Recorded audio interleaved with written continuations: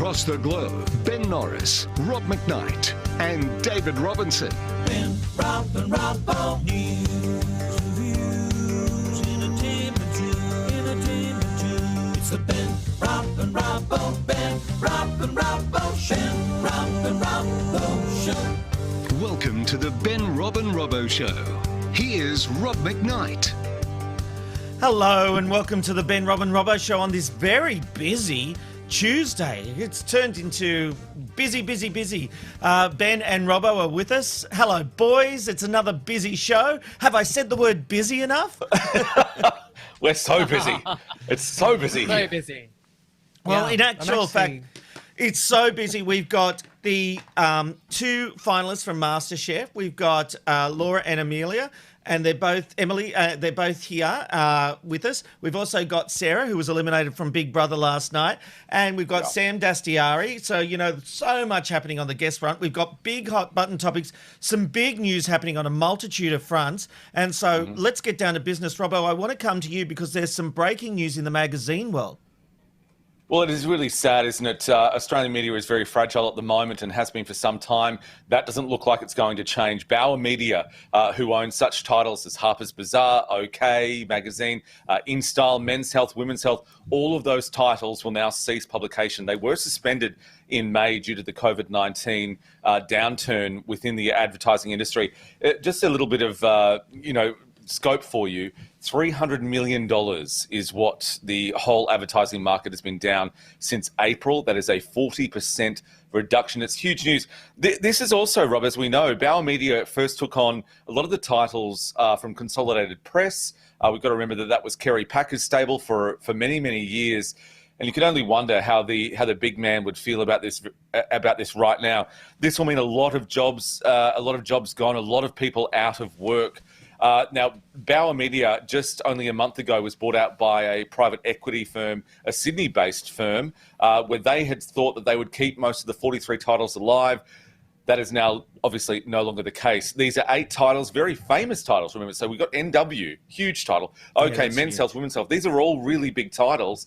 It's a really sad day, I think, for Australian media to see Bauer do that. Now, Bauer, as I did mention just before, did offset or sell all the majority of their Australian and New Zealand magazine titles only a month ago. It's tough. There will be a lot of people out of work. The remaining titles that Bauer Media have, or the equity firm that has now got them, we don't know their fate. We're hoping that they will come back because these magazines were only put on hold in May. That was the whole thing. We're just going to put them on hold, and then once it gets a bit better, we'll put them back into production. Well, that's not going to happen anymore. So a very sad day for Australian media, Rob. Ben, you have obviously been in a lot of these magazines during your time with Big Brother. You've worked with these magazines. How big an impact is this news today? Well, I think, in lots of ways, I have to split my emotions in two with this one because the magazines became a little bit less and less as time went on. I very much remember getting so excited about Mondays that you could ask my mum about this. I would save up all of my pocket money and drop it on buying OK Magazine, Who Weekly, NW. Some of these titles were my biggest sources of getting a hit of gossip. However, as I got older, I felt like maybe I outgrew it a little bit, but the magazine certainly did seem to get less and less on content that was engaging me. So, look, I'm not necessarily surprised from that capacity. However, I would absolutely like to split my mind to the other side and be devastated for the amount of people that have lost their jobs and their livelihood, and the amount of passion and the amount of energy that goes into these productions is absolutely, it's been huge. Yeah. So look, I can't imagine how that must feel for these people, but I would say, talking on behalf of maybe a younger generation, I guess a lot of people are going digital. And I would be surprised if we don't get to see some kind of digital reassembly of some of the things like Men's Health and InStyle, which to me are, staples for a lot of Australian households. Yeah, I couldn't agree more. Look, there's so much news happening at the moment. Let's move on because rapper Kanye West held his first presidential campaign rally that was chaotic, rambling, and at times incoherent. And his family are worried. The Kardashians are said to be shocked beyond words at West's behaviour, including saying that he and Kim came close to aborting their first daughter, Northwest. Abortion was a big issue at the rally, where Kanye also talked about the fact his father wanted an abortion. Have a look. My mom saved my life. My dad wanted to abort me. My mom saved my life. There would have been no Kanye West because my dad was too busy.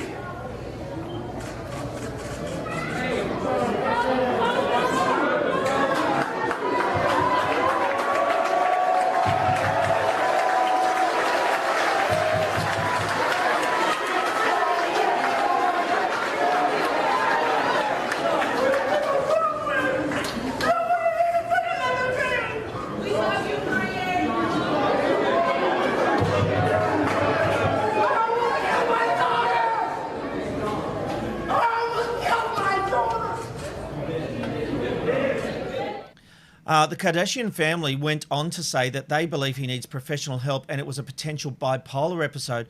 And just in the past hour, Kanye has tweeted a series of bizarre things, including, Chris, don't play with me. You and that Calmy. How do you say that name? I have no idea. Kanye? You and that Calmy are not allowed around my children. Y'all tried to lock me up. Then Kim tried to bring a doctor to lock me up with a doctor, and a screenshot of a text to Kris Jenner saying, "This is YE," and that's his Twitter handle.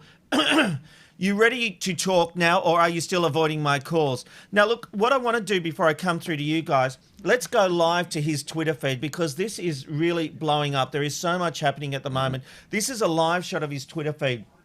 This is just some of the stuff coming through at the moment. Kim was trying to fly to Wyoming with a doctor to lock me up like on the movie Get Out because I cried about saving my daughter's life yesterday. NBC locked up Bill Cosby. I love my wife. My family must live next to me. It's not up to E or NBC anymore. We go down here. Righteous indignation is something. I'll just see if there's anything else that comes along with that. So that's a Google search that he's done and then tweeted. West children will never do Playboy West. This is all, seriously, this is only 56 minutes ago I'm at now. If I get locked up like Mandela, y'all will know why. 59 minutes ago, on God. 1 hour ago, I put my life on God that North's mum would never photograph her doing Playboy, and that's on God. I'm at the ranch. Come and get me. 1 hour ago as well, everybody knows the movie Get Out is about me. So, look, it would be easy to laugh this off, Robbo, but this is serious. This is, this is one of the problems with social media in that we are seeing literally a guy unraveling live before our eyes. Yes, I can understand that point, but I also understand that he is a performer. He performs. It was pretty disturbing vision that we saw from that presidential rally. I appreciate that, but I take this kind of stuff from Kanye West to be with a grain of salt. I'm not willing to sit here and go that he is having massive problems. We don't know the details, but we're just going off this and what he's done in the past. I would be very careful about thinking that we need to save this guy at this point because he does do these things. He does, search for the limelight. He does want the attention. He does do things that get headlines. I would be very hesitant of thinking that all of a sudden we've got to worry about Kanye West considering his past. But Ben, he does have bipolar. He does have a condition that has been publicly acknowledged. What do you make of it? Well, I mean, there was a very interesting interview with David Letterman last year where he talked about his bipolar. He talked about the fact that he has decided not to use medication. This, to me, looks like a very serious situation that's unfolding. I think this is a very serious situation of a man struggling with mental health issues and struggling on how he can cope with that. This is how Kanye West deals with emotion, and that is that he just throws everything out there. This is certainly not a cry for attention I wouldn't expect, and I certainly don't think this is a publicity stunt. You know, I'm not a big fan of Kanye. I've never even liked his music, so this is not coming from a place of being a big fan of his, but I think it's very concerning to see that he is in a world, I would say, a world of pain. And, you know, interestingly enough, even with the Kardashians and the way that they're handling it, I think is quite mature. You know, I think they're not engaging in some capacity, but then trying to do things behind the scenes. You know, they're not putting stuff on social media themselves. We're really only getting to see a reflection through his eyes and how he thinks the Kardashians are involved with this. But look, at the end of the day, a man who has acknowledged the fact that he has mental health issues, you know, publicly, and then choosing not to do anything about it is pretty hard to watch as this unfolds. Robbo, you don't seem so convinced. No, but how is it different to, I think yesterday, Ben, and I'm not calling you out or anything, but I'd like to have the discussion with both of you, is that you said about the pizza guy who was just trying to get some publicity by genuinely saying a problem where he, you know, did he report the 9 pizzas or not? I just don't know how we then jump straight away to a man who has made a career out of being headline grabbing, who has done outrageous things to get into the limelight. I just don't know. I'm just questioning. At what point do we decide that it isn't a publicity stunt between these two things when the one person is a publicity stunter and the other one isn't?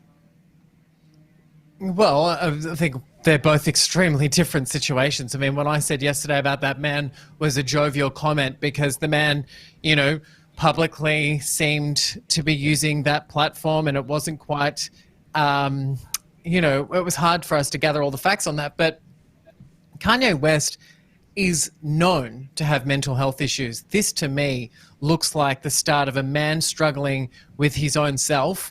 And I think they are completely, you can't, I think, Robbo, you do tend to do this to me a lot. You try and use an example of a day before, an argument from something else. You know, nothing in this world can ever be really compared exactly to something else. Like, this is a man that we know has mental health issues and is really struggling, and this is all unfolding. And I highly, highly doubt that this is a publicity stunt, and it also reflects a lot of people who I know who have mental health issues. Like, I've seen this type of behavior on a smaller platform where people have struggled with their mental health.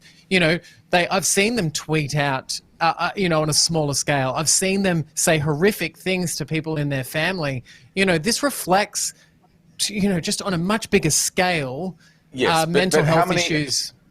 How many of those friends, though, are running for the presidency of the United States? But, Robbo, that doesn't invalidate the fact that the guy's going through something. And I am not a fan of Kanye West in the slightest. But this, to me, looks like a man who's going through a mental breakdown. 100%. This is a man going, and do you know what? Even if it isn't, and I just feel like this is a really good opportunity for us to be able to talk openly about mental health issues. I mean, this is reflecting very accurately people who do struggle from mental health issues. So, you know, I'm probably less dubious. I'm less likely to be as dubious as you and to assume that it's a publicity stunt. Well, look, I tell you what, if you are having any anxiety about anything, don't forget beyondblue.org.au is out there, and you can call Lifeline as well. So really important organisations that are ready to you can reach out to and get some help. Let's move on. A New South Wales Police Commissioner Mick Fuller has issued a direct threat to anyone thinking of attending planned Black Lives Matter protests in Sydney. The Commissioner said that police will go to the Supreme Court to stop the protest application over fears of COVID-19 being spread amongst protesters. But Paddy Gibson from the Black Lives Matter movement says the protests will be safe. This morning he appeared on Channel 9's Today Show. There has never been more attention given to Black Lives Matter and to what has happened to the cause that you're trying to raise awareness for.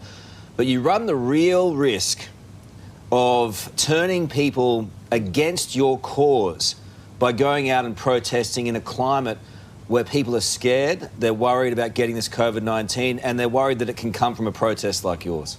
Well, I'm worried, mate, that it can come from Westfield. Every time we drop our kids off at school, we're taking a risk. Every time we go to the markets, we're taking a risk. There's community sport on the weekend. Are all of the parents who took their kids to community sport being held responsible for COVID-19 in the way protest organisers are? There isn't one example of transmission at a protest in Australia in the last few months. And I've been to many protests in this period of time. Not one, but there's plenty of community transmission that's actually happened in shopping centres. None of them have been closed down. So we say this is a double standard. We say that if we are allowed to actually space out, it's actually going to be far safer to be on the streets with our critical message, end the mass incarceration of Aboriginal people, deliver justice for the people that have been killed. We want to see charges laid. The Police Commissioner must lay charges on the guards that killed David Dungay Jr. This is a very important demand, and we believe that we can do it safely if we're facilitated. He's a very well-spoken man, Ben, but I have to say that I do not think now is the right time to be getting thousands of protesters together because he cannot enforce social distancing. Yes, they can try and put masks on people, they can try and enforce it, but there is no guarantee when you get a lot of people together that they will do the right thing. Yeah, look, I don't necessarily think. I think it was a lucky break, to be honest with you, that we didn't have an outbreak much bigger than what would have and could have been expected from such a large gathering. I have said this a few times on this show. I support a lot of these protests. You know, I support the message. But I think in this day and age and in this climate with COVID-19, we have to be a lot more sensible, and groups and communal areas are being limited all over the country, and that's evolving very quickly. I don't want to negate the fact that what he is trying to say and the message he is trying to get across is not worthy. That's not what I'm saying. I just think we do need to be smarter about the way in which we now need to get our messages across in 2020 through this horrific pandemic, which is COVID-19. Robbo, is there any place for these kind of protests at this point in time? It is an important issue that's getting limelight, and that was also his point. But I just think, once again, we've got people thinking they know better than the scientists. Yeah, we do, Rob. And it goes right up to Commissioner, the New South Wales Commissioner Mick there, Fuller. because Mick Fuller, that's right, thank you, Dale. He was saying that, sorry for calling you Dale. Did you just call me Dale? Because it was a genuine whatever thanks, you Dale. say next, as intelligent as it might be, we're all thinking, did he just call Rob Dahl? It matters not, because it was actually really me good thing. all the time about you two. It is so weird. Like, literally, I get asked more questions about your Ernie and Bert relationship than any other person I've ever met in my entire life. Anyway, keep going, darlings, or whatever it is that we are Love it. referring to ourselves. There's plenty of McKnight. You'll be all right. Oh, my God. We even heard Amanda groan then. I don't think I was I think sleeping my in my neighbour bed that's cutting a tonight. tree down, I think, just groaned. Anyway. But you're talking about, if I could bring it back to the point here, Rob, you're talking about the people ignoring scientists. And basically, Mick Fuller is guilty of that as well, because he was saying that the BLM protests in Melbourne actually, sent off one of what they're calling the hotspots. It actually didn't. The Victoria Chief Health Minister has come out prior to this and has again reiterated that the people who attended the Black Lives Matter protests in Melbourne a month or so ago are not part of, the hotspots that are in those towers. There's no connection to them. There were 2 cases in the but there's no protests, connection. weren't they? But yes, but there's no connection. No, there's no connection. We can go back and watch it. There's no connection. No, I think you're right. I'm just confirming that there were 2 cases. Yes. There were 2 cases, but they weren't connected. It just wasn't a cluster. It wasn't the beginning of a cluster like we're seeing at the Crossroads Hotel in yes, of course, Liverpool and things like that, in Casula. Yeah, that's right. So you'd think, though, if they were to blame, that they would come out quite quickly and say, look, we told you don't protest. Yeah. What I find really clear and really good leadership is that they're going, well, yes, there were thousands of people who were there, who weren't maintaining social distancing, who weren't wearing masks. But you know what? It actually didn't really create any clusters or anything like that. Is that good luck, or was that good design? Like, if that's the case, we saw the shouldn't the pictures. protests go ahead then? Yeah, well, we saw the pictures though. So this is what has been the problem with COVID-19 since the very bloody beginning, is because people in authority, politicians, police, all that kind of thing, are saying one thing, then someone else says another thing, then the Prime Minister says another thing, and then the Premier says another thing. That's the problem. It's very difficult for, I think, to have any kind of credibility if the police commissioner is saying, well, we're not going to have what happened with the Black Lives Matter protests in Melbourne. Well, we're not going to have that in Sydney. What are you talking about? It didn't happen in Melbourne. So is that scaremongering? Like what? Again, that just erodes the confidence that we already is very fragile, don't you think, with what we listen to from our politicians, because we get different messaging all the time from everyone. Look, we've got Sam Dastyari coming up shortly, and I want to talk to Sam about the politicisation of COVID-19, and we'll do a bit of a COVID update then. The Prime Minister has spoken today. We've had some premiers speaking, but I want to bring Sam in on that one, and that's why I'm holding that topic over until we get to Sam, because I think there is too much. We touched on it yesterday, but we'll also talk about the fallout for Dan Andrews, the Premier of Victoria, and whether he will survive what has happened here. So keep up. We'll keep you up to date with that one. So stay with us throughout the afternoon. Look, moving on, and comedy star Ricky Gervais has made a request, and it's fair to say it isn't one the Cowardly Lion should get involved with. The Office and Afterlife star said that he doesn't care what happens to his physical body when he dies. The outspoken atheist said he would love to be eaten by 2 lions at zoo in front of tourists. So far, no zoos have come forward to fulfill the request. Ben, do you care what happens to your body when you die? No, not really. No, not at all. Like, as in, I think what will... I mean, I won't make a preference, I don't think. Like, I hadn't even really thought about it. I know I'm 40, but I don't necessarily consider myself close to 10 yet. I would say that it would be my partner's decision as to what happens to my body. He might want to keep it. You'll go before him. Oh, definitely. I'm definitely going before he does. He's living a much healthier game than I am, that's for sure. On a serious note for a moment, part of this got me thinking about cemeteries. You know, does the future have a place? We've got, what, 7 billion people on the earth at the moment. That's a lot of graves. And so are we now in a position where we have to rethink what we do with the body when people die? Yes, we want to have memorials and we want to remember people, but think about all the land. You know, when you walk from Bondi to Bronte and do that walk, there's a big cemetery with the best view in Sydney overlooking the cliffs there. You know, and I'm not saying let some guy develop it and have a mansion, but I mean, there could be a community facility or something there. But my point is that at what point do we say we need to change the way we think about the body after death? And whatever your religion, whether you're atheist, whether you believe in God, whether you believe in some form of afterlife, do we need to have this fixation with our bodies, Robbo? Well, death is really one of the last taboos that everyone gets a bit iffy about talking about. I've tried to talk about it with my family, and everyone's like, no, we're not talking about, we're not, like, this is something we need to talk about, because my funeral is going to be a Broadway showstopper with lights, with sound effects, with with fireworks. It's very, very important. So I want them to know that's what I want. You know, though, really, there are these, very, very quickly, there are these things called body farms.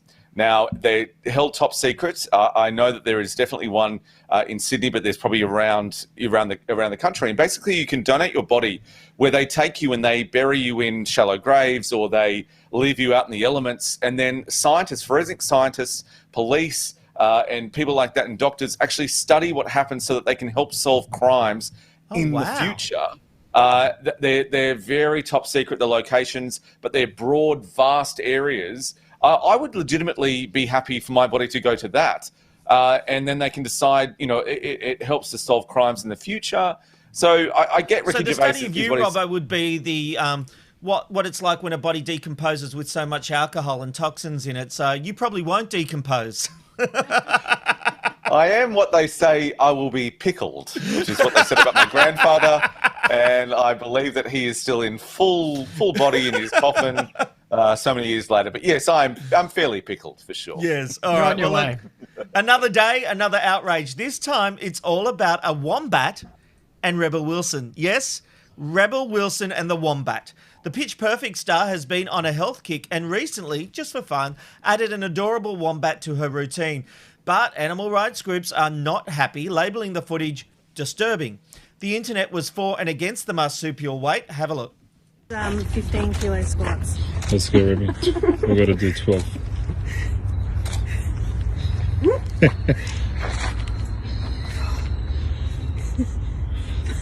Sure. She's right there, just hanging there. It's heavy. Ben, is this worth controversy or is this just a bit of fun? And When's it's Rebel not. Wilson going to be in it? I know, she's looking very different, isn't she? Oh, I thought they were two wombats mating. Is that Rebel Wilson? Oh. Oh, sorry. It's hard to see the screen from where I am. Oh, anyway. Oh, who's I thought they're backtracking? having- Who's backtracking at a million miles an hour? I thought they were having a great time. Oh, I was like, they're going to have some cute little wombats. Anyway, it's not the Nature Channel, and I'm assuming that that is very poor behaviour of Rebel Wilson to be using a wombat to be exercising. I'm just thankful it wasn't a beaver. Robbo, is this worth the outrage? Did I really not get a laugh there? Like, seriously? Wow. I'm out. I give up. No, sometimes, No, Rob, but neither of us are into Rob, beavers. The joke is sometimes where you let it breathe and it's good. Like, I was going to talk about a gutted wombat, but I'm assuming that no one's going to laugh at that. I don't know what that is. I don't know what that is either. Alrighty. Well, if you know what it is, doesn't either. email into us or using the hashtag BRR show if you know what a gutted wombat is. It's not a great thing, but it's fun. All I want to say is the animal wasn't in distress. There were at least two keepers there. They're identifying if the animal was worried. Do you think they'd put it up if it wasn't? Oh my God, it's just the outrage fucking brigade. Sorry. Sorry, I thought I cut enough of that out. No. I'm so sorry. But you know what? There's something else for the outrage brigade to get a little bit hot under the collar for. But how about we focus on bigger issues like, I don't know, homelessness and domestic violence and things like that. Say that. Hey, no, You can't ever talk about anything. Rob, you can't say, that's what I'm saying. That's my point. This is not worthy of outrage. Yes. The animal is fine. There are keepers there. If she went into the wild and dug out a bloody wombat hole and picked it out and it was distressed and she still did a thing, fine. It was at a zoo with keepers who I know, having spent a lot of time in zoos doing stories over the years, those animals are the most important things to those keepers. If that animal, it doesn't matter if it's Rebel Wilson, Tom Cruise, whoever, it doesn't matter. If the animal was distressed or they thought it was bad, it wouldn't happen. They wouldn't let it get on video. That's my point. Yeah, fair enough. All right, time to get the very latest news headlines, and for that we go to Aaron Young in the Ticker newsroom. You are watching Ticker. I'm Aaron Young. Let's check some of today's top stories. Millions of Australians will continue receiving JobKeeper and JobSeeker payments into the new year after the government decided to extend the scheme. The JobKeeper system will be a two-tier payment after September. $1,200 for full-time workers, $750 for people working less than 20 hours. The program extended to March 2021. There have been 374 new cases of coronavirus reported in Victoria overnight, with a further 3 deaths. Tomorrow marks 2 weeks since the Stage 3 restrictions were reintroduced, the deadline the government gave to decide whether to impose tougher rules and restrictions. There is, however, new hope for a vaccine today after researchers from the University of Oxford discovered that their experimental coronavirus vaccine saw a protective immune response in hundreds of people who actually got the shot. A massive data breach has exposed thousands of Western Australians' sensitive medical records and leaked them online. Doctor and patient names, addresses, phone numbers, as well as their health concerns were all posted to the 400-page website. New data reveals more than $280,000 in Bitcoin transactions during the Twitter hack were blocked. The cryptocurrency exchange Coinbase says it stopped over 1,000 customers from sending Bitcoin to hackers who gained access to high-profile Twitter accounts last week, including President Obama and Apple. Let's take a look at the weather map now for the remainder of today. Melbourne heading for a sunny top of 13 degrees. Chilly for Sydney and 17. Cloudy for Brisbane as well as Perth and Adelaide. A cool top of 14 degrees too. Let's have a look at the markets, see where they're tracking at the moment. They came out with the ASX pretty well from the top, approaching 1%, just down a little bit below that at the moment. Still above 6,000, taking its lead from Wall Street. The Dow also up, not by a large amount either, 0.033%. Where's the Dow? There it is, 26,680. That's the latest news from Ticker. You're up to date. Thank you very much, Aaron Young in the Ticker Newsroom. Coming up shortly, we will be speaking to the winner and runner-up of MasterChef. Laura and Amelia is here and standing by, ready to go. But in the meantime, we have Sam Dastyari coming up to talk about the COVID-19 fallout in politics. And now it's Ben with with another special guest. Thanks, Rob. Well, last night on Big Brother, we saw the exit of a very well and much loved housemate, Sarah. She was the people's princess. Had she been left to the finale, I'm pretty sure she would have been a shoo-in for the $250,000 or what is left after Kieran snatched some of that cash. Last night, we saw Sarah evicted, and this is how it went down. Matt, you received 1 vote. Sarah, you received 2 votes. You voted me out? Which means, unfortunately, Sarah, you are the 16th housemate to leave the Big Brother house. Wait, that means you voted for me as well. Sorry. Thanks for inspiring. You go out and you get a golden retriever and you never let it go, okay? Yeah. Ever. Ever. Okay, bye. See you, Sarah. See you, Sarah. You're the best. Yeah. Look, in the words of Pretty Woman, big mistake, huge bet at those boys. It's a massive mistake. Sarah, thank you so much for being able to join us on the show, on the Ben, Rob and Robbo show this afternoon. Oh, thank you for having me. Fan of your gameplay, and what a gameplay it was.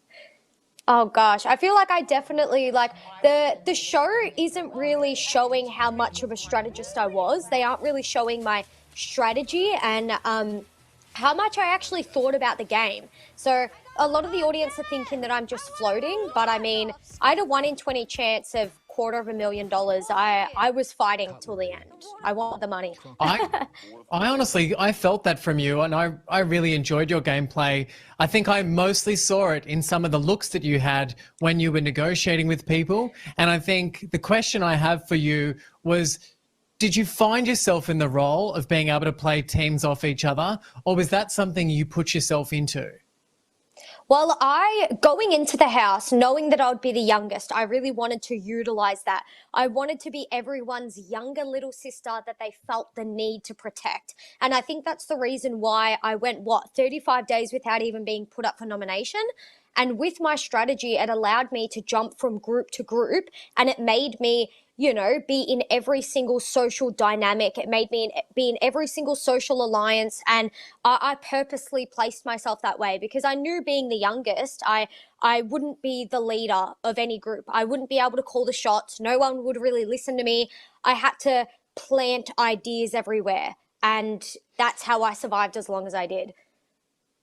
Well, you survived, which is amazing. You had a lot of people talking right at the start of the show about your previous relationship or knowledge of Hannah before she went into the show. Now, do you think, like a lot of Australia did, that was your ticket into the show, was the way in which you had reacted to Hannah throughout the auditions? I think it might have been actually, because they didn't show, but in our audition, I actually snapped at her a bit because in our audition, she got asked the question who she would put up for eviction in the room, and she automatically said my name. And I was very frustrated. I had such a long day. I was waiting in the waiting room for about 9 hours before they actually called me in, when Hannah only had to wait for about an hour. So I was frustrated in itself. And when I heard that she would put me up for eviction, I stood forward and I said, how dare you? You need to think about your game if you're going to be going into a house like this. Like, why would you put me? I was pretty feisty that day, but lo and behold, a couple of days after Hannah arrived, her and I actually became really good friends. I admitted everything. We had a big heart-to-heart in the diary room as well, and we both cried. And I'm surprised they didn't show that as well. Like, I'm pretty surprised because it was a very heartwarming moment because I went to everyone and I said, that was my bad. That was my mistake. I judged it too soon. Well, I think it was one of the best things that you did on the show because it was one of the first real moments that we really got to see from a housemate. And that was you basically deciding or making a decision to go against Talia. Now, Talia was perceived by the general public to be maybe the more dominant personality type, but you took charge and you didn't take what Talia had said. You went with your own narrative. Is that something that, you do in real life, or was that a part of gameplay? Yeah, so definitely in my normal everyday life, I'm much more stubborn, I'm much more opinionated, I'm much more outspoken and loud, and I knew that I had to dull that down a bit to be able to survive in the house. So when I won the eviction, I knew that my non-negotiable would have been Hannah, and it's because I felt threatened. I had reason to dislike her, and everyone in the house could also, they could...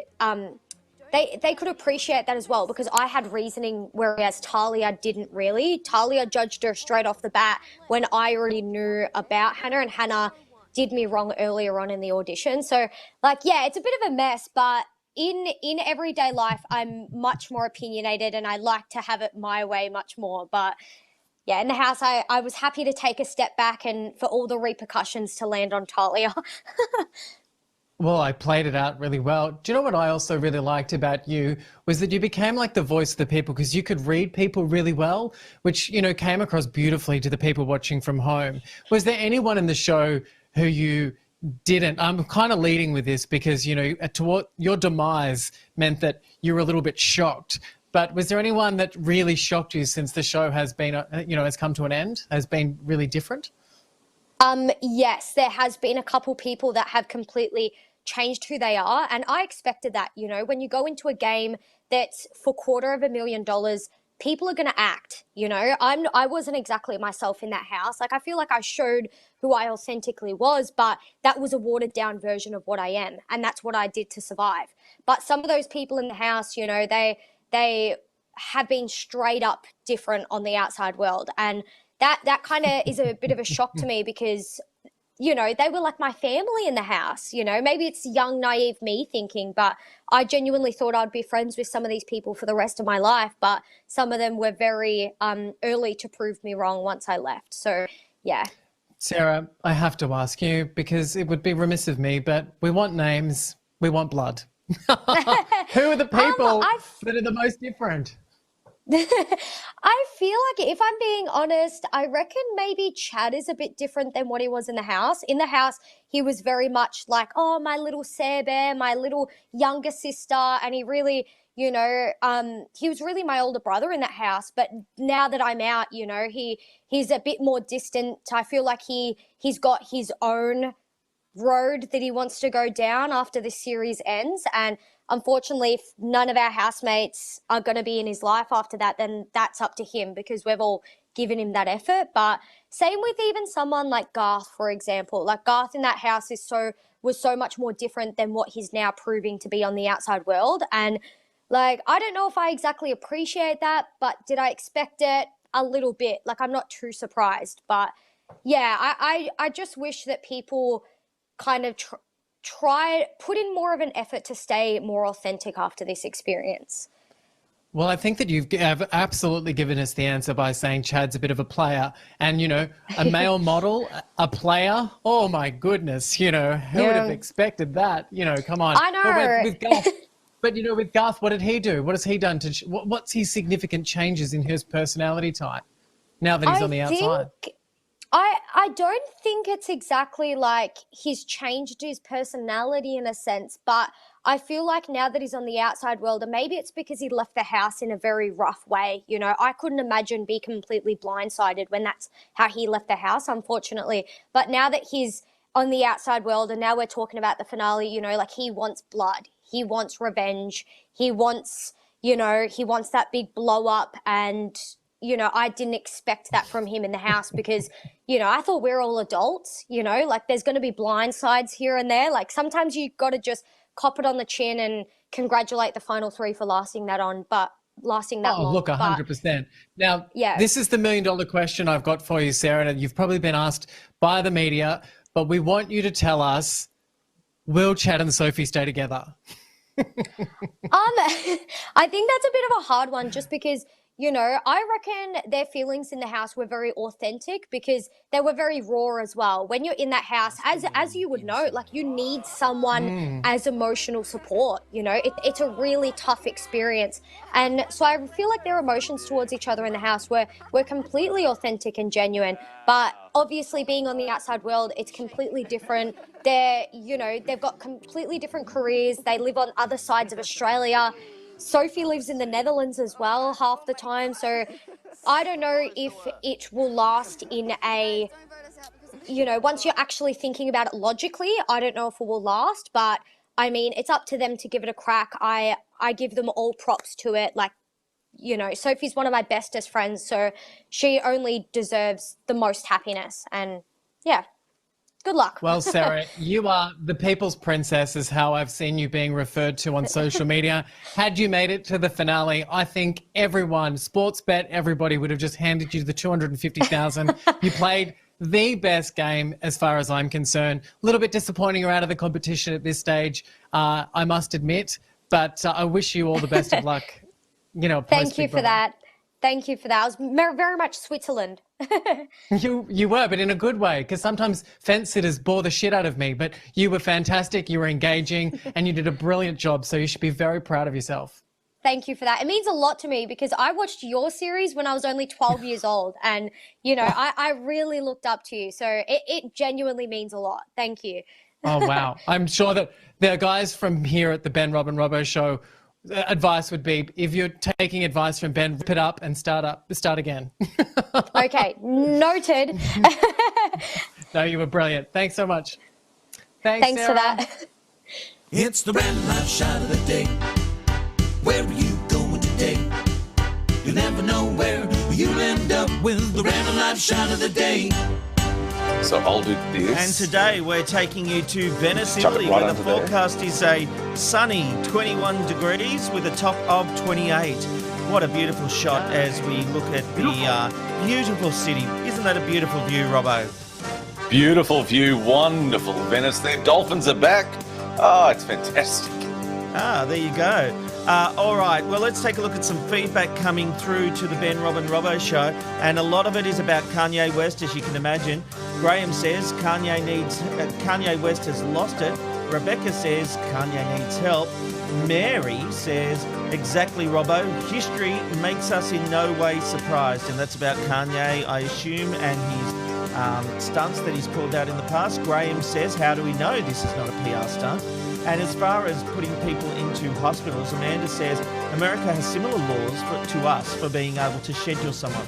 If he doesn't want to get help or think that anything is wrong at this stage, there isn't anything that anyone else can do.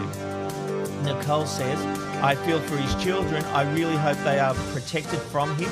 They don't need to see or hear their daddy losing his mind. On a completely changing focus now, Mary says it's funny when Robbo gets all worked up, he starts stuttering. Do you? I didn't know you did that, Robbo. I don't think so. Jamie says, special call out to Benjamin today. Your feedback does get read out. And that's certainly true. We like to bring all the feedback here at the Ben, Rob and Robbo show. So thank you, everyone.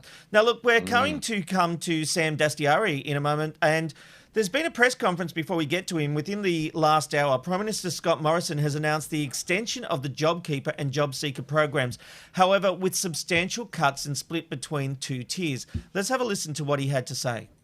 As a government, we've been very focused on providing practical problems to practical solutions, I should say, to practical problems. That has been our focus. All options are put on the table. Careful consideration is applied, and we will deliver what is practically needed.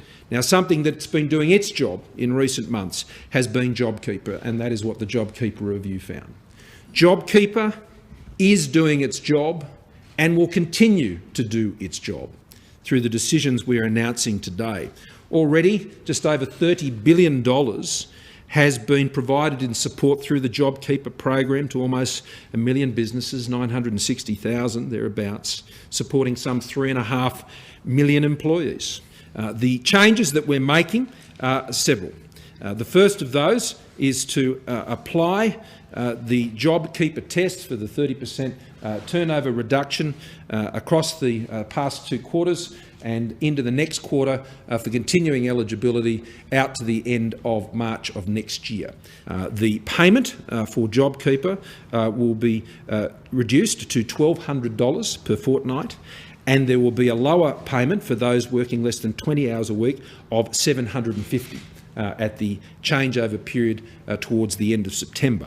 That will be revised again for the March quarter down to $1,000 for full rates at 20 hours a week or more, and $650 for less than 20 hours a week. Well, our political guru, Sam Dastyari, joins us now. Sam, what do you think of these changes? Is it going to hurt people? Is it good for Morrison and the government? Look, I mean, firstly, they didn't really have a choice. They had to keep these programs running. The reality is that the virus, in terms of its economic impact, has been worse than anyone imagined. It's going to be longer. It's going to go further. So they had to continue with something. Look, I think separating JobKeeper and JobSeeker and creating different classes is probably a mistake. I understand where they were coming from. They felt that, God forbid you increase welfare in this country, and they wanted to kind of get that back down as soon as possible. But when the two were linked, I think created a kind of a better kind of sense of we're all in this together. But the reality is this, especially with what's happening in Victoria, you cannot just cut these programs off immediately. Now it's been continued for another 6 or so months. I suspect it'll probably get continued after that too. Sorry, Robbo, Sam, I've got to ask you, is it a case of, I always think that the Liberal coalition, they have got this kind of allergic reaction to providing good welfare when it's required. Is that something that's endemic to that party? Yeah, look, it is. I mean, it comes from that ideology of that conservative side of politics, which is, once you start doing things like welfare, coming back from that becomes really difficult. And that's certainly what's happened here. That being said, I mean, because the circumstances are so extraordinary, I think that there's probably less pushback, but from the Conservatives than there would be. But look, you've seen people come out, big businesses come out and been quite supportive of JobKeeper. But there's quite a few people who turn around and say things like, oh, well, you're encouraging people not to go back to work and you're just giving them money to stay home, and why would you work if you can earn more doing this? The reality is a lot of these jobs just don't exist at the moment. A lot of the kind of jobs out there in hospitality just aren't there. I mean, if you're in comedy, you're in the arts, you're in hospitality. If you're in hospitality in Victoria, I mean, Sydney, you see some photos of some bars that are quite packed, but you talk to restaurant owners and that, they're down. They're all down. They're all in a lot of trouble. A couple of big venues have had a couple of big nights, but all abroad, things are pretty bad at the moment out there. Yeah. Sam, there's so much going on.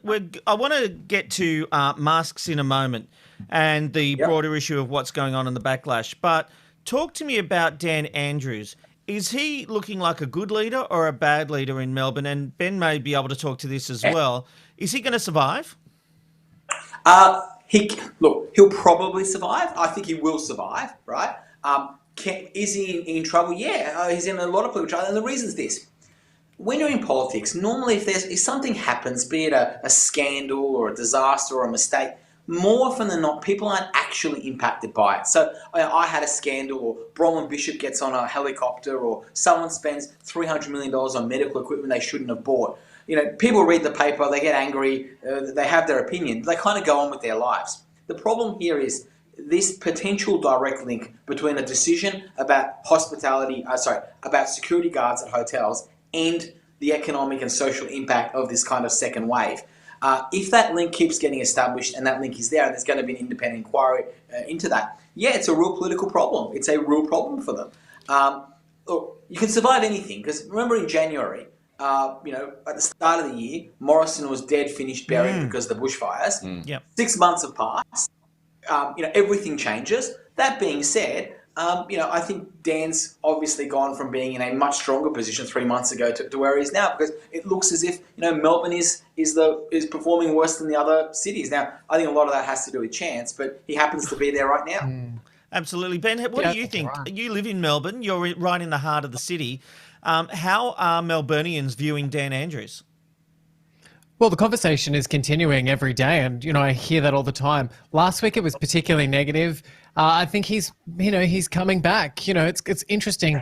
At the moment, I feel like with Dan Andrews, it's like being at the footy, Not that I went to the footy that often, but, you know, when I did go to the footy, you'd see all of a sudden the team going one way and then the team would go the other. And I think the biggest play that is happening is that there's no one that is the leader of the opposition in Victoria that is any good. I think if there was a good person sitting there ready to go, I think that Dan might be in a little bit of trouble. But at the end of the day, there isn't. And, you know, when leaders are faced, you know, with making lots of decisions at a time of war, and this is like a war, I think that, you know, people gravitate towards them in a very strange way. So, look, I think whilst there's probably a lot of commentary in the media with people trying to make him accountable for things, I think exactly what Sam is saying is so true. I think that, you know, it was a bit to do with luck and not being lucky, I should say, as to why Victoria is in the situation they're in.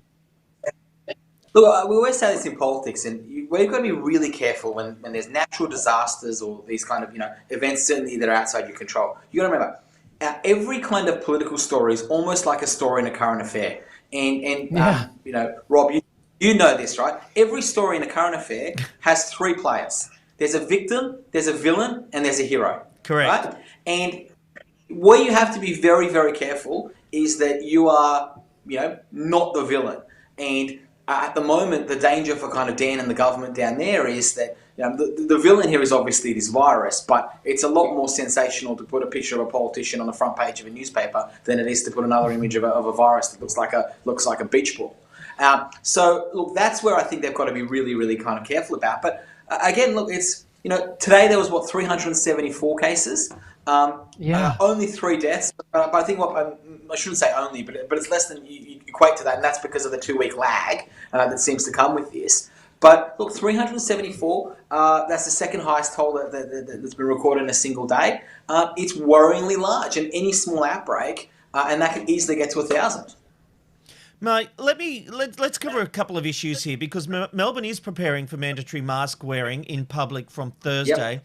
If you're caught not wearing one, you'll be slapped with a $200 fine, but not everyone is happy about this. Folk singer Ziggy Alberts has been slammed online for what many are calling insensitive and dangerous views. Albert said the new rule is stripping Australians of their basic human rights. He also said that it reminded him of Nazi-occupied Europe, and there's no way that he's going to endorse or encourage mandatory face masks or lockdowns in a free country. Sam, is this just bullshit? It's just. I'm sorry. It's just the importation of American bullshit, right? Yes. It's that kind of. It's that mischaracterization of what is liberty and what is freedom, as opposed to what is kind of common sense and common practice. Now, look, I think there are issues with this compulsory face wearing thing. I know there's issues about people having access to face masks in time. There are people who, you know, if you're looking at disposable masks, they sell for about $1, $1.20. That ends up being $30 a month. If I've got a family of 4 or 5, you know, things can get quite expensive. Now you can wear kind of cotton, and there are other kind of issues associated with this. But this idea that it's somehow a freedom issue, that I have the right to infect other people, that's just getting ridiculous. Science is not based on opinions. Science is based on fact. And the fact is, Sam, don't you feel that people will get behind the cause? Yes, there are idiots. There are always idiots. But on the whole, people want to do the right thing. People well, let me ask you, are people understanding the issue here and the threat, the life-threatening situation of this virus? No, I actually think what's starting to happen is the fatigue is starting to set in. Of course, I think in the first lockout, and I saw some kind of internal party research that kind of demonstrated a little bit of this. Was done by one of the pollsters, kind of attacked on. When there was the first, if you want to kind of view it as 2 separate lockdowns in Melbourne, the first time there was almost, I don't want to be frivolous here, but there was almost a sense of novelty to it. It's a little bit interesting, it's a bit exciting, it's something new. You know, we're all at home, we're all in this together. It's a little bit different. Second time around, it's just frustration and anger. And I suspect that you're going to find there is a lot less adherence than there was the first time around, simply because people are fatigued, they're over it. And look, I think the real test is going to be when schools and then go back. You know, I think they've been extended by another week. At this stage, there's 12 Melbourne schools that have been closed. They may end up closing a lot more before then. But you look at these numbers. How does that fly with Morrison's credibility? Because Morrison was always, it is safe to send your kids to school. Melbourne, don't lock down the schools.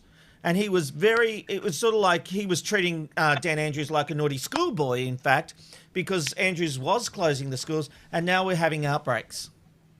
Well, the irony of the whole thing is this, of course, and this is when we talk about luck in politics. Several months ago, Morrison lost control of the states. The states went their own way. Yeah. And since then, he's almost not had accountability or responsibility for what has happened at a state by state. So the irony, of course, being the argument with Dan Andrews was that he was going too hard, too strong, and then now, obviously, now it seems to be kind of a separate problem. Look, Sydney seems to be a different case.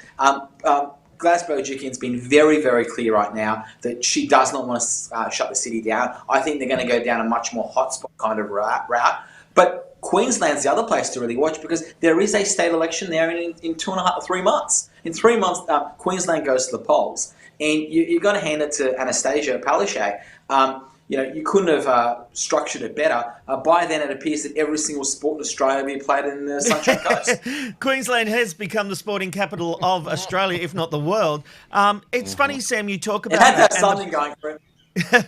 And the politics. I'm a little bit angry about the politics going on around COVID-19. Yesterday, I went off about the fact Gladys Berejiklian had the national stage. All the networks are taking a live for a update on COVID-19. And what does she do? She starts talking about schools and how they've built schools. You know what? That's fantastic, but not the time and place. And I thought that was really poor. And it's interesting, since I raised that yesterday, we had some feedback saying, this is why I've stopped watching the press conferences because it's all promo and spin. So what these politicians do, they're being smart asses by thinking that they can get this messaging out. But what they end up doing is disenfranchising the electorate where they stop listening. And I think that's why these clusters are happening, because people just aren't listening to our politicians.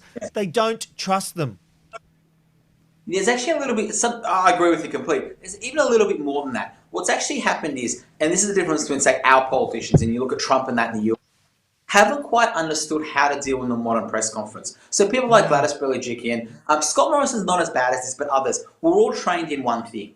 And that was say the same thing to every question you get asked the press, because it's all about the one grab on the news. So the view used to be, the news is going to take 10 seconds or whatever you do. So say the same thing 40 times, and they'll take one of those 40. What you actually have now is, because people consume their media so differently, be it on shows like yours, or on the phone during the day, or live on Sky or wherever else you can live feeds, or however they're consuming their media. So you end up actually seeing people don't watch every press conference, but when they see one, they'll watch 10 minutes of one.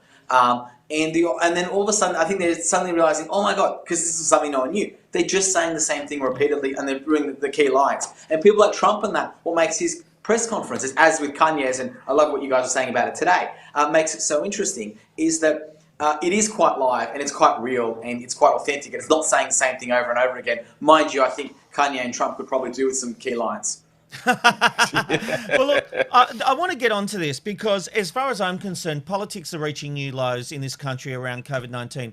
Queensland Premier Anastasia Palaszczuk recently revealed that as early as March, she had raised the idea of temporarily moving the border with New South Wales to coincide with the Tweed River. But now Premier Gladys Berejiklian has suggested that the border moves north, effectively making the Gold Coast part of New South Wales. Here's what she said during a press conference yesterday. Well, in relation to the Queensland border, I mean, New South Wales has always had open borders with Queensland, and that's an issue for the Queensland government. But can I say that even though I've heard media comments from the Queensland government in the last 10 days on this issue, it's only this morning that I got a very short text from the Queensland Premier about the matter. Obviously we're happy to engage, but I'm happy to consider all options except I do not believe at any stage that we should move the border. If anything, the border should be moved north. There is zero infection in northern New South Wales at this stage, and certainly we'll do the right thing by residents on both sides of the border. But I have no intention of changing things as yet. I'm unclear as to what the Queensland government's asking us to do because they've not communicated that yet. I've heard through the media that I'm receiving a letter, so I look forward to that letter. What a crock of shit. You know exactly what's going on. Why are you surprised by this? Yeah, but why are you surprised by politicians playing politics? This because is what happens. I'll tell you why. Because lives are on the line. Lives are on the line. They could make this so simple. There is a town on the border that is doing it tough. People can't get from one end of business to the other without going through these checkpoints and, 30, 40, 50 minutes an hour. And this could be made so much easier by making the border for the moment on the Tweed River and having easily accessible checkpoints, not halving a town in half. This is why I have a problem, and this is why I'm surprised, because what she did just there, move it north, where the bloody hell is she going to put it, Sam? This is just bullshit, and this is why we hate politicians. I think when it moves north, the suggestion is that it kind of goes through your backyard, Rob. She wants a piece of the McKnight Empire. Yeah, that's right. She just wants to steal half the show. Look. This is what frustrates people. That's what makes them angry. It's a bigger point, and this is the authenticity in politics. Look, when she says things like, "I don't know what they're talking about. I've only heard it in the media. Maybe something's happening. Maybe something's like," that's just bullshit. Everyone knows that's bullshit, right? Now, that being said, though, it's not that there isn't politics being played on the other side as well. You have these kind of situations. Politicians will take a brief moment away from playing politics and then they'll get straight back to it. You showed some of the Prime Minister's press conference today. There was actually a question that was quite interesting. Andrew Cornell, who used to be at the Australian, I think is at Sky now, asked the Prime Minister whether or not he'd be looking at an early election, he'd be looking going to the polls. And the Prime Minister said it is kind of like, I don't know, how dare you ask that question? That's the last thing on my mind, blah, blah, blah. And that's kind of made me giggle because, look, I don't think it's what the Prime Minister's focused on. But anyone who thinks the Prime Minister isn't always thinking about when they should go to an election has never really spent any time with the Prime Minister. You can't tell me he's not reading those opinion polls and going, huzzah. Rob, it's like being on breakfast television and saying, I don't care about the ratings. Yeah. Hey, mate, we have to leave it there. Thank you so much for joining us today. Fascinating chat. Look forward to seeing you next week. Thanks, mate. Bye.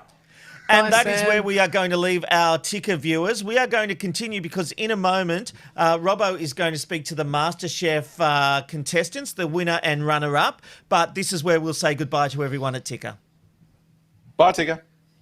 All right, Robbo, it's over to you and your MasterChef interview. Rob, thank you very much. Last night on the grand finale, that's right, the grand finale of this wonderful show, MasterChef Australia, we saw childhood friends Amelia and Laura go head-to-head for the crown. But in the end, it was cake maker Amelia who just edged ahead and took out the title of Australian MasterChef 2020. Let's take a look at that moment. Amelia, your dish had none. And that's why, Amelia, you are the winner of MasterChef to win.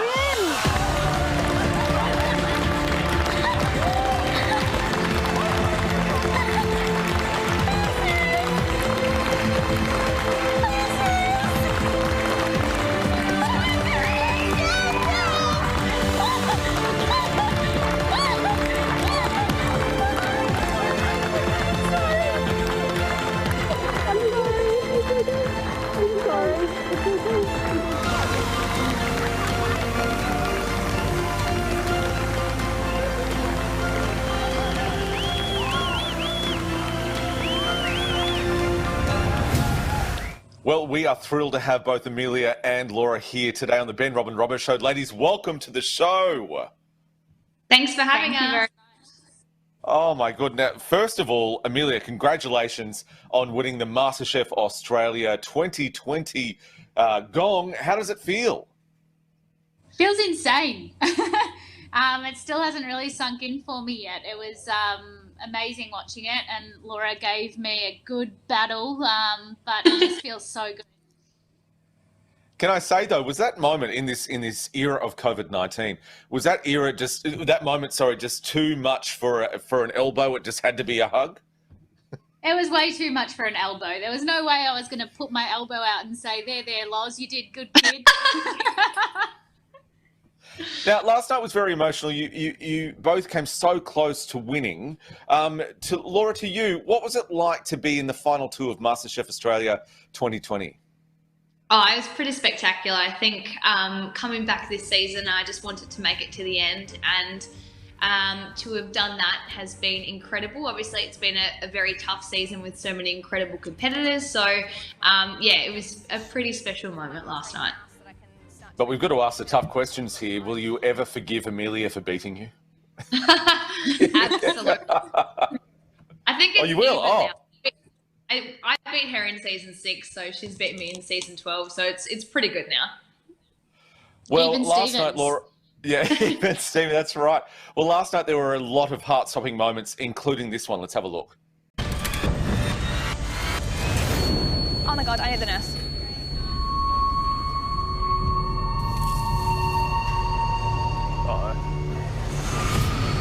I've just grabbed the handle of that hot caramel, been sitting over that rendered pork fat. I just need to take this pork out.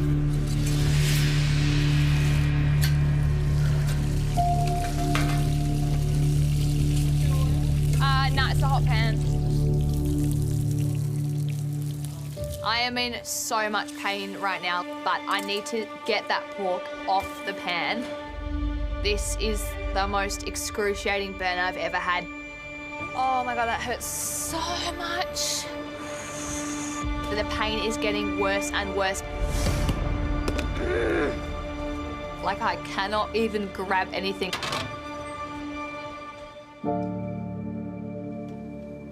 I can't keep my hand straight. I can't close it.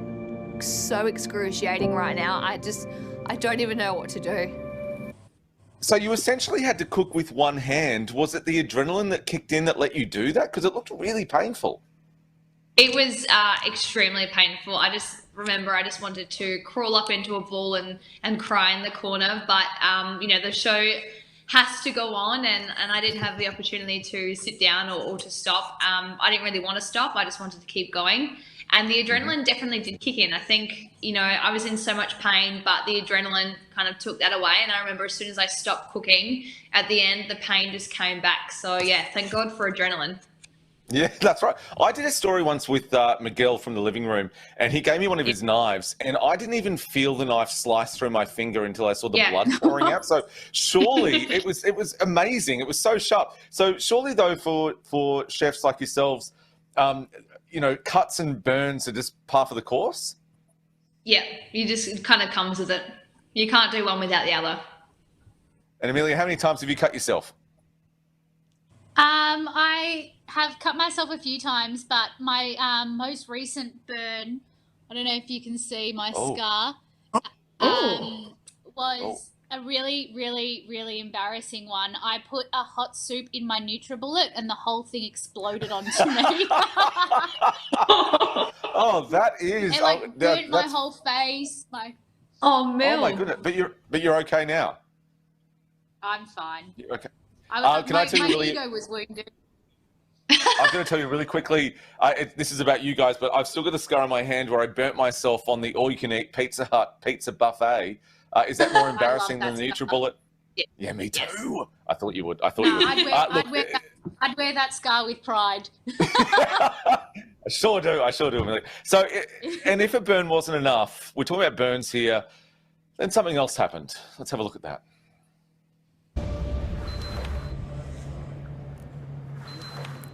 What's that noise? I can hear this beeping noise. Yeah, what is that noise? I just don't know where it's coming from. It's not my ice cream machine. I don't know what that noise is. Not coming from Mills's side. And I realised that it's the freezer. Oh. And the freezer door has been open.